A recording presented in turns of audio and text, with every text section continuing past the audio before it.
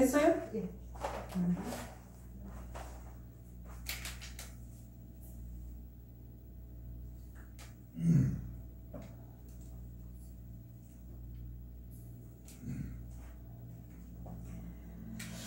누가복음 23장 28절입니다. 누가복음 23장 28절.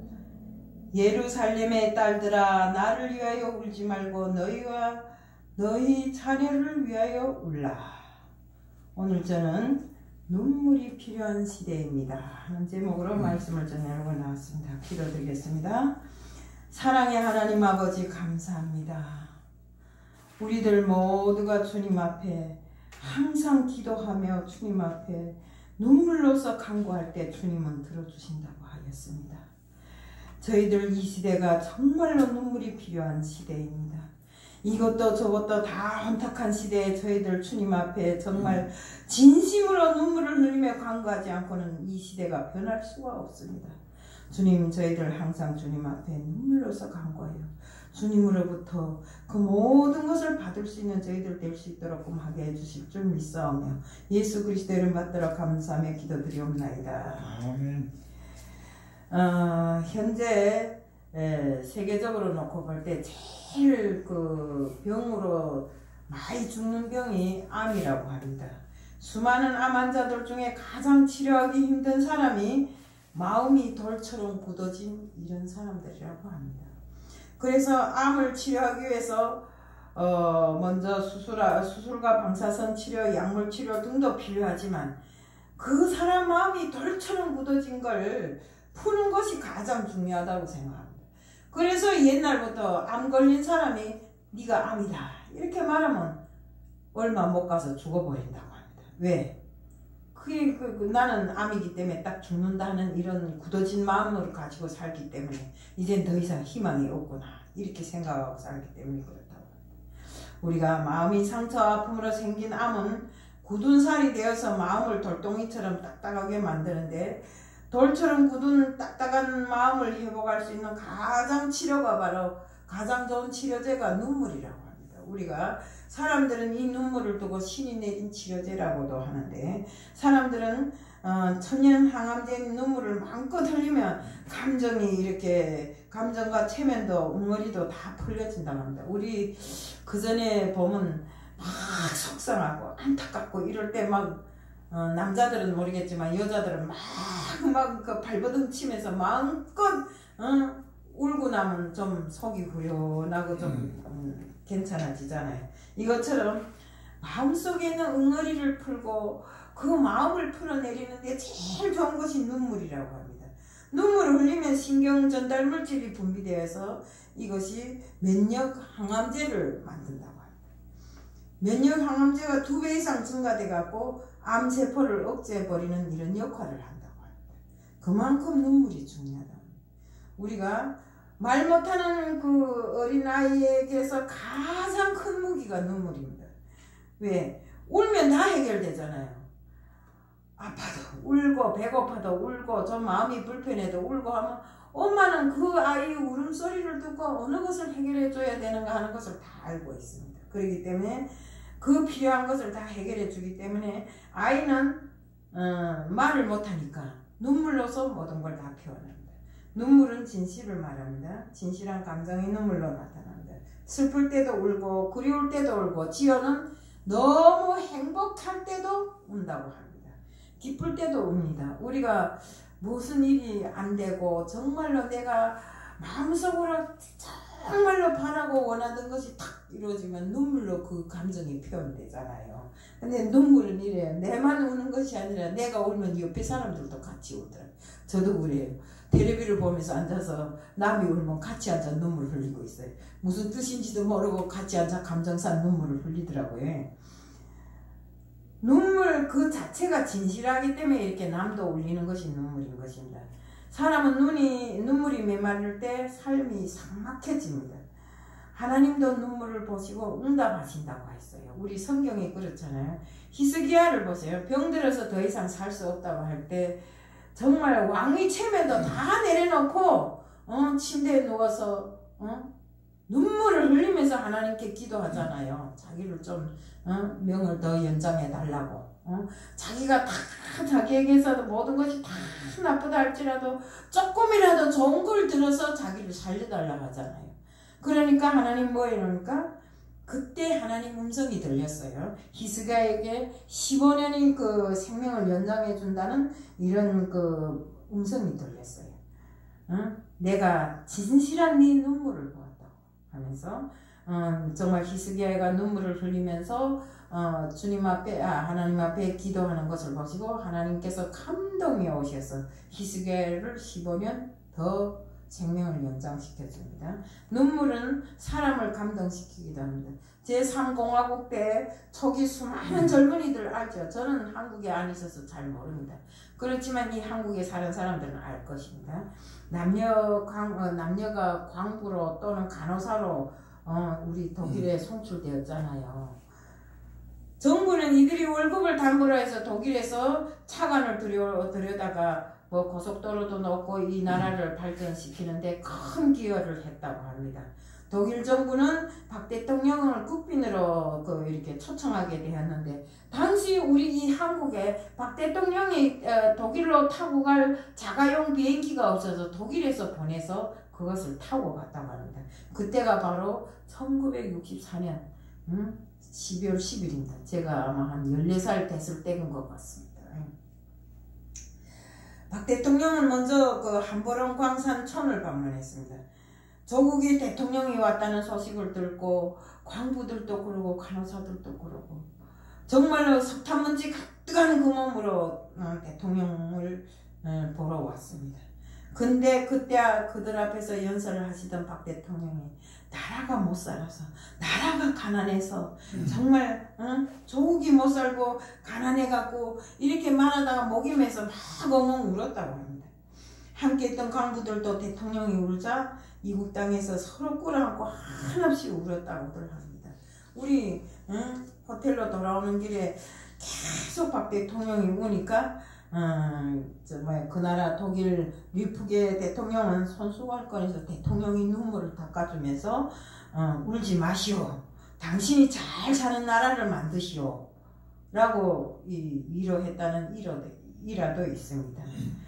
지도자의 진실한 눈물은 국민의 마음을 하나로 결집시켰고 우리나라가 짧은 시간 안에 근대화를 이루는 원동력이 되었습니다. 예수님은 바리새인들을 향해서 피리를 불어도 춤추지 않고 애곡하여도 울지 않은 족속이라고 이렇게 말씀하셨습니다.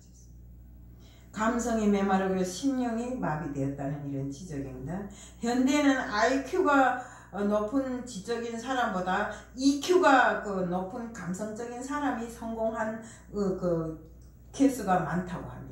두뇌는 명성한데 인간미가 말라버린 사람보다 가슴이 뜨거운 사람, 감성이 풍부한 사람이 인간관계를 잘 맺기 때문입니다. 본문은 주님이 십자가를 지고 골고다를 오를 때 울면서 따르던 여인들에게 하신 말씀입니다. 예루살렘의 여인들아, 나를 위해 울지 말고 너와 내 자녀들을 위해서 울라. 그렇습니다. 하나님 앞에서 우리는 울어야 합니다. 울면 해결됩니다. 울어야 하는데 눈물이 말라있는 것이 문제입니다. 이 시대는 진실한 눈물이 필요한 시대입니다. 성도는 무엇을 위해 울어야 하는지 눈물의 가치를 알려주고 있습니다. 첫째, 성도가 흘려야 할 눈물이 있습니다. 예수께서 돌이켜 그들을 향하여 이르시되 예루살렘의 딸들아, 나를 위해 울지 말고 너와 내 자녀들을 위해서 울라 했잖아요. 주님께서 가르쳐 주셨지 않습니까? 나를 위해 울지 말고 예수님을 위해 울지 말고 너와 내 자녀를 위해 울라. 주님께서는 우리들을 향해서 너희들 나를 위한 눈물이 있어야 된다고 이렇게 말씀하셨습니다. 우리가 은혜 중에 가장 큰 은혜는 자신을 제대로 보는 눈이 열리는 것입니다. 나를 모르고 남만 안다고 이렇게 하고 다니면 안 됩니다. 주님도 너와 내 자녀를 위해 울라고 하셨습니다. 자신을 향한 눈물이 필요한 시대입니다. 은혜는 먼저 자신을 보는 눈이 열리는 것입니다. 이사야를 보세요. 하나님이 거룩한 빛 앞에서 자신이 추한 모습을 통곡하며 울 때 천사가 나타나서 부정한 것을 제하고 사명을 보여주는 이런 그 은혜를 받았습니다. 또 다윗 역시도 그렇습니다. 하나님이 종 나단 선지자의 책망을 듣고 자신이 죄를 깨달았을 때 침상이 젖도록 회개하면서 울었습니다. 하나님의 이런 다윗의 인생 후반기를 더 귀하게 축복하셨습니다. 우리도 스스로를 위해서 울어야 합니다. 하나님을 떠나 세상의 취해 살던 한 청년이 눈병으로 심히 고통을 당하다가 병원에 입원했어요. 근데 병원에 가보니까 우리 그 오목사님도 눈 하는데 병원에 가보니까 이 사람 눈에 가장 치명적인 독이 침투해갖고 두 눈알을 뽑지 않으면 안 될 처지에 있었어요. 다음날 수술하자 하고 병원에 갔는데 그 밤에 그 청년이 막 울면서 하나님께 기도하다 보니까 자기가 하나님을 떠나 있더래요. 그래서 그 하나님을 떠난 것이 너무나 잘못되었다는 것을 깨닫고 하나님 앞에 매달려서 밤새도록 울면서 통곡을 하면서 기도를 했다고 합니다. 잘못했다고 회개하면서. 그런데 이튿날에 정말 기적이 일어났어요. 수술대에 올라서 수술하려고 하는 그 순간 두 눈알을 뽑으려고 수술대에 올랐는데 그 순간 의사가 깜짝 놀라서 이게 무슨 일인가, 이게 왜 이 눈에 그렇게 독균이 많았는데 깨끗하게 다 없어졌다고. 하나님은 그 회개의 눈물을 통해서 이 청년이 눈 안에 있는 독균을 다 뽑아버린 것입니다. 정말 그 순간에 하나님께서 이 청년이 진심을 보시고 진심으로 흘리는 눈물을 보시고 이 청년이 눈에 독균을 뽑고 이 청년이 눈을 치료해 주신 것입니다. 그렇습니다. 우리 울어야 할 대상들은 바로 저 자신입니다. 내가 변할 때 가정이 변하고 직장이 변하고 사회가 변하고 나라가 변합니다. 우리 목사들이 변하면 교회가 변하고 교회 성도들이 변합니다. 그렇기 때문에 우리는 자신을 바라볼 줄 아는 사람이 바로 영안이 열린 사람이라고 말할 수 있습니다. 또한 자녀를 울려고 했습니다. 우리 자녀는 다음 세대의 희망이고 미래를 꿈꾸는 나무들입니다. 우리 세대보다 더 나은 세대로 자녀들을 이끌기 위해서는 정말 우리가 학교에서 배우는 지식으로만은 안 됩니다. 무엇보다도 믿음의 줄을 놓지 말고 정말 그들을 진심으로 키워야 됩니다. 제가 늘상 우리 손녀들에 대해 손자 손녀들에 대해서 자랑 아닌 자랑을 하지만 그래도 하나님이 지고 있으니까 애들이 바로 서더라고요. 어디 가서 나쁜 짓을 안 해요. 네? 나쁜 짓을 하려고 했다가도 하나님 앞에 회개하고 또 돌아오더라고요. 그러니 부모들이 자식 기르는 게 힘들지 않잖아요. 네? 우리가 학교에서 지식으로만 배우는 것이 다가 아닙니다. 우리가 인성교육, 영성교육 다 부모들을 통해서 정말 하나님 앞에 바로 세우고 하나님에 대한 줄을 놓지 말고 그들이 끝까지 하나님을 치고 갈 수 있도록 우리가 교육을 해야 됩니다. 우리가 하나님을 떠나면 어릴 때부터 죽는 줄 알고 하나님 앞에 바로 서는 이런 아이들로 교육해야 돼요. 하나님 없이는 살 수 없느라고 늘상 고백할 수 있게 해야 됩니다. 이번에 우리 손자가 학교를 가면서 그러더라고요. 할머니 진짜 감사합니다. 하나님이 있어서 제가 이렇게 우수한 성적으로 학교에 붙었다고 감사하다 하더라고요. 감사를 하는 것만 해도 제가 감사하더라고요.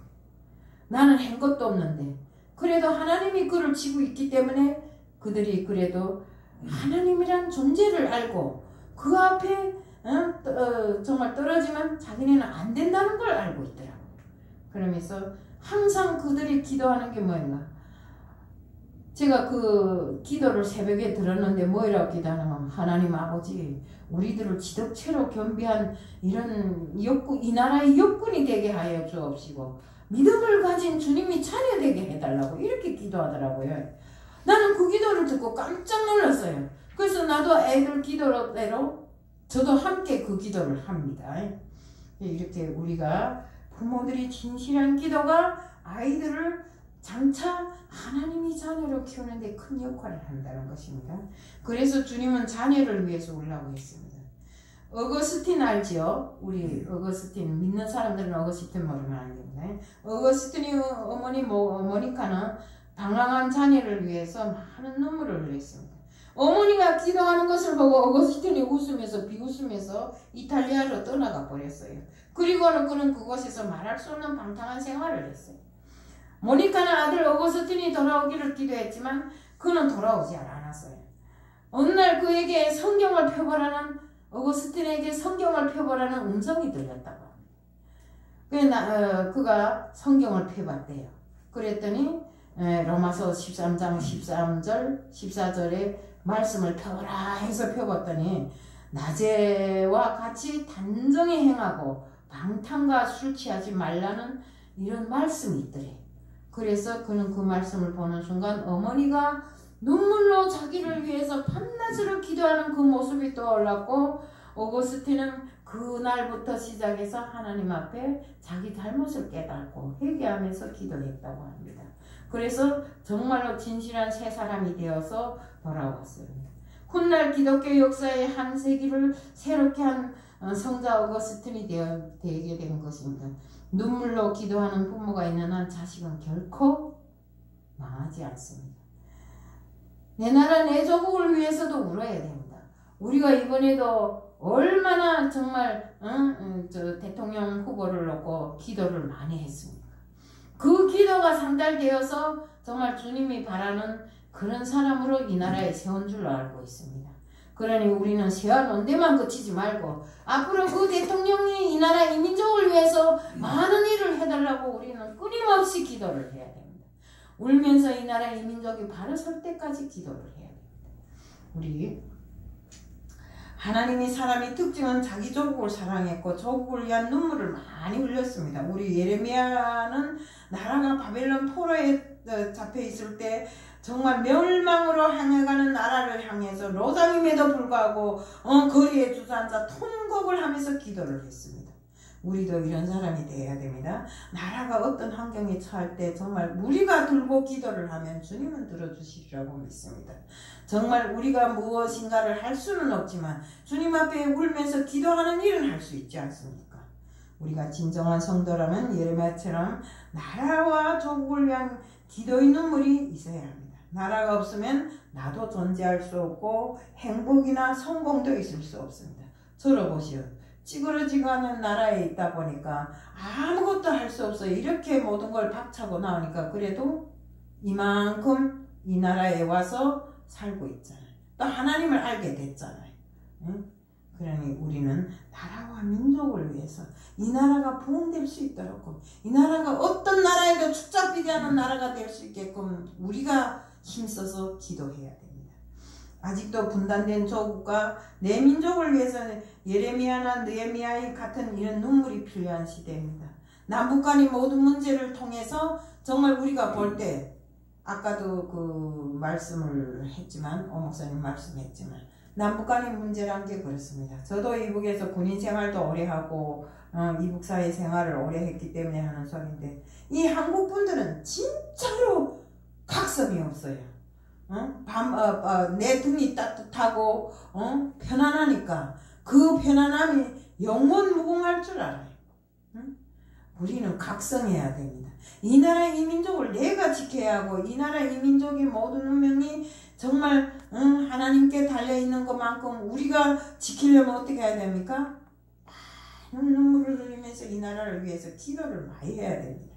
우리가 정말 나라와 민족이 부흥되는 나라는 기도가 끊이지 않는 나라인 줄로 알고 있습니다. 우리가 남북한의 문제를 놓고도 기도를 많이 해야 됩니다.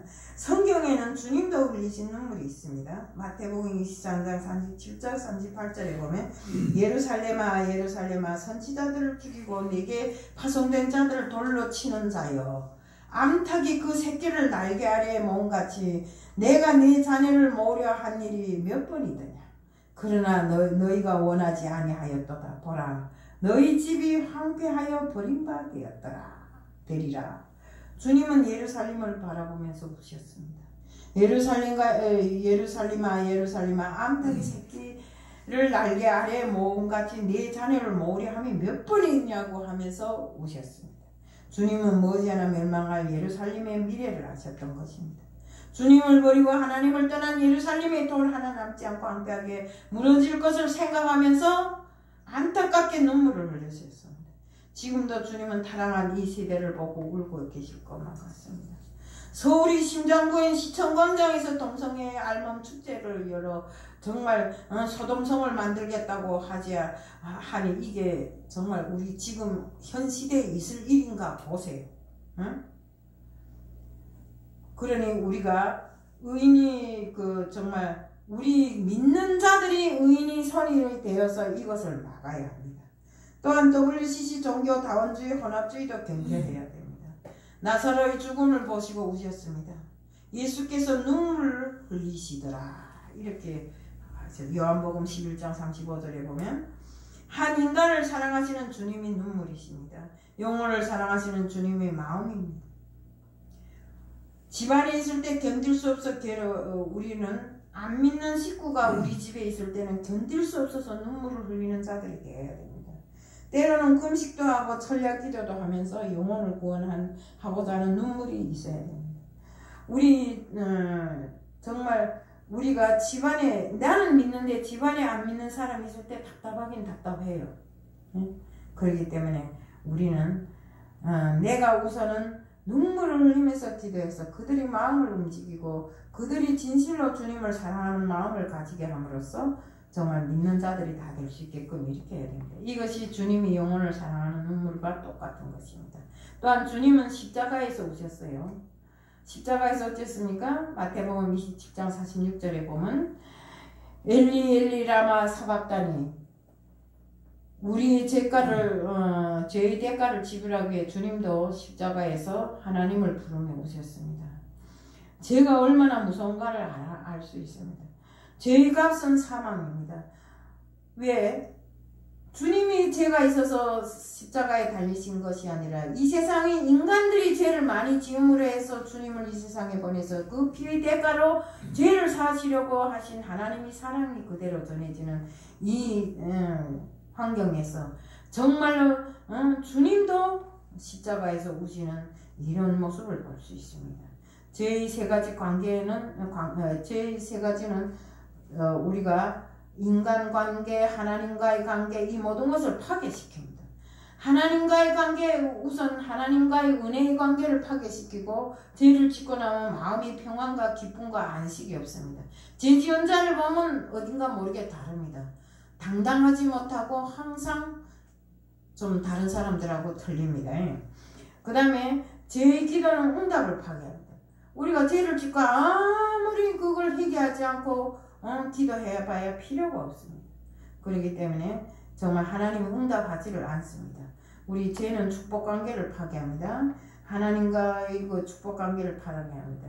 우리 창세기 3장 17절에 보면 아담에게 이르시되 내가 내 아내의 말을 듣고 내가 내게 먹지 말라고 한 나무 열매를 먹은즉 땅은 너로 말미암아 저주를 받고 너는 내 평생 수고하여야 그 소산을 먹느니라. 아니 죄를 짓지 말고 우리가 얼마나 편안한 생활을 하나님과 거닐면서 편안한 생활을 했어요. 에덴 동산에서.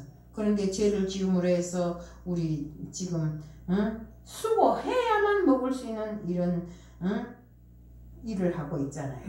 주님은 하나님과 가로막고 있는 우리 죄값을 치르기 위해서 바로 십자가에 달렸습니다. 그러므로 우리는 정말 주님은 나를 위해 울지만 주님을 위해 울지 말고 너와 너 자녀를 위해서 울라고 하신 것입니다. 우리는 지금 무엇을 위해 울어야 하는지를 이제 알았습니다. 하나님 앞에서 흘리는 눈물이 필요한 시대입니다. 우리 신앙의 가장 큰 위기는 눈물이 말라가는 것입니다. 하나님 앞에서 눈물을 흘리면서 내 잘못을 자복하고 죄를 회개하고 정말 다시 새 사람 되어서 하나님 앞에 돌아오는 우리들이 되어야 되겠으나 그런 은혜와 감동이 없고 오로지 그저 내 잘못에 살아가고 세상 못에 살아가는 우리들이 지금 되어가고 있는 것입니다. 우리 은혜를 깨달으면 감사가 넘치게 되고 은혜에 보답할 수 있는 눈물이 나오는데 우리가 지금 그렇게 못하고 있는 것이 가장 큰 죄입니다. 우리가 항상 기쁨과 평안을 주는 눈물을 흘리면서 주님 앞에 진실로 기도하는 우리들 모두가 되자는 것을 말씀드리면서 오늘 말씀을 간단히 마칩니다. 이상입니다. 사랑의 하나님 아버지 감사합니다. 이 험한 세상에서 눈물이 말라가는 세대에 정말 진실로 눈물을 흘리면서 주님 앞에 기도하는 우리들 모두가 되어야 합니다. 주님은 진실한 우리들이 눈물을 보십니다. 그의 응답을 주십니다. 주님, 저희들 늘상 주님 앞에 꿇어엎드려 회개하고 눈물로 정말 주님 앞에 간구하는 저희들 되게 하여 주옵시고 항상 그 눈물이 대가 은혜의 대가를 받을 수 있도록 하게 해주실 줄 믿사오며 예수 그리스도 이름 받들어 감사함의 기도드리옵나이다. 아멘.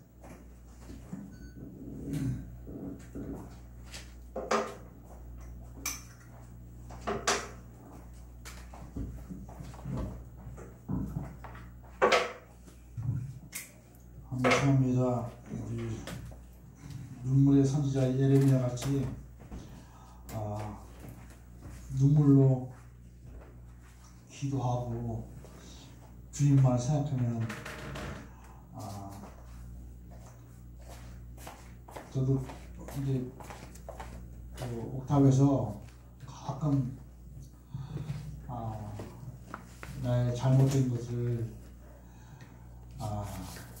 나 자신을 바라보면서 눈물이 날 때가 많아요.